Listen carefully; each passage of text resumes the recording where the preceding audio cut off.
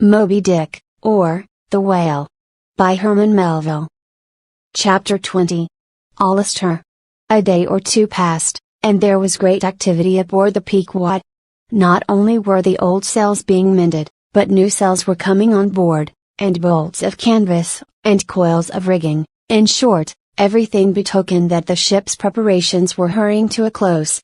Captain Ahab seldom or never went ashore, but sat in his wigwam keeping a sharp lookout upon the hands. Bildad did all the purchasing and providing at the stores, and the men employed in the hold and on the rigging were working till long after nightfall. On the day following Queequeg's signing the articles, word was given at all the inns where the ship's company were stopping, that their chests must be on board before night, for there was no telling how soon the vessel might be sailing. So, Queequeg and I got down our traps, resolving, however, to sleep ashore till the last. But it seems they always give very long notice in these cases, and the ship did not sail for several days.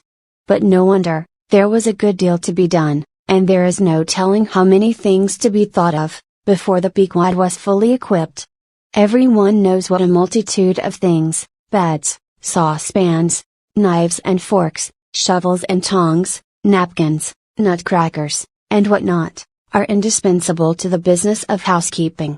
Just so with whaling, which necessitates a 3 years' housekeeping upon the wide ocean, far from all grocers, costermongers, doctors, bakers, and bankers. And though this also holds true of merchant vessels, yet not by any means to the same extent as with whalemen. For, besides the great length of the whaling voyage, the numerous articles peculiar to the prosecution of the fishery, and the impossibility of replacing them at the remote harbors usually frequented, it must be remembered, that of all ships, whaling vessels are the most exposed to accidents of all kinds, and especially to the destruction and loss of the very things upon which the success of the voyage most depends. Hence, the spare boats, spare spars, and spare lines and harpoons, and spare everythings, almost, but a spare captain and duplicate ship.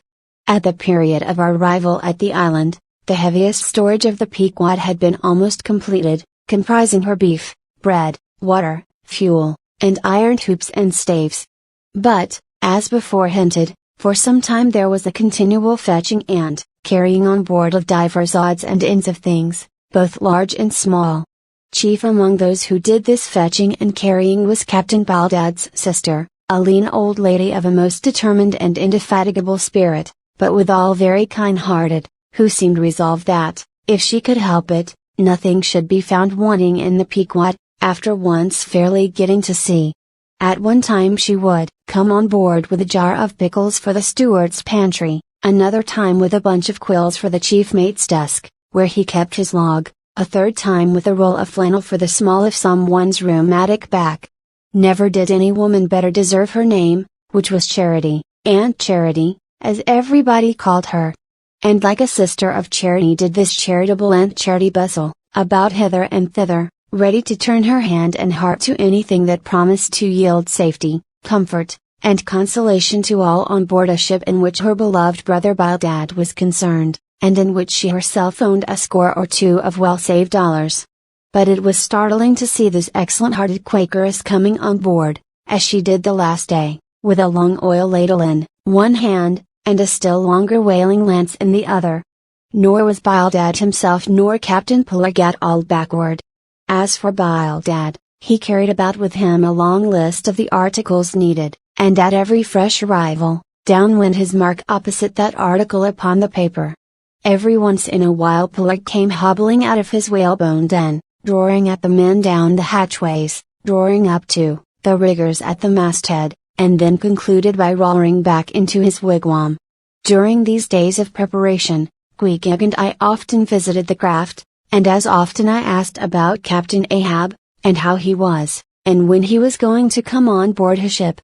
To these questions they would answer, that he was getting better and better, and was expected aboard every day. Meantime, the two captains, Ahab and Bildad, could attend to everything necessary to fit the vessel for the voyage.